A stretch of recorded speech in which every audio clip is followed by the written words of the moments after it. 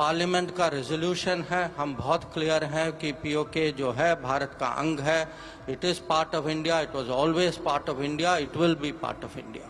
हमारा ये जरूर इरादा है कि एक दिन हम पीओके को जो है वहाँ का इलीगल ऑक्यूपेशन जो है उसको हम ख़त्म करेंगे और पीओके जो है भारत के साथ वापस जुड़ जाएगा। फ़ारूक अब्दुल्ला साहब हमको याद दिलाते हैं कि नहीं पीओके की बात ही नहीं करिए क्योंकि पाकिस्तान के पास न्यूक्लियर वेपन्स है। अब न्यूक्लियर वेपन जो है, हम लोग जो हैं भारत के न्यूक्लियर वेपन्स पे गर्व रखते हैं। विपक्ष जो है पाकिस्तान का न्यूक्लियर वेपन्स को लगता है कि उसको ज़्यादा अहमियत देते हैं।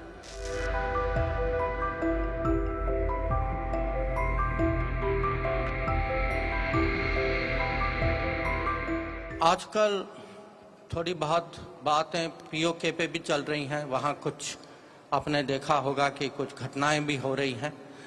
अब मोदी सरकार जो है, हमारा मत इस पे बहुत स्पष्ट है। पार्लियामेंट का रेजोल्यूशन है, हम बहुत क्लियर हैं कि पीओके जो है भारत का अंग है। It is part of India, it was always part of India, it will be part of India. और हमारा ये जरूर इरादा है कि एक दिन हम पीओके को जो है वहाँ का इलीगल ऑक्यूपेशन जो है उसको हम ख़त्म करेंगे और पीओके जो है भारत के साथ वापस जुड़ जाएगा। अब इस पे आप देखते हैं कि विपक्ष का जो सोच जो है वो बिल्कुल विपरीत दिशा में है।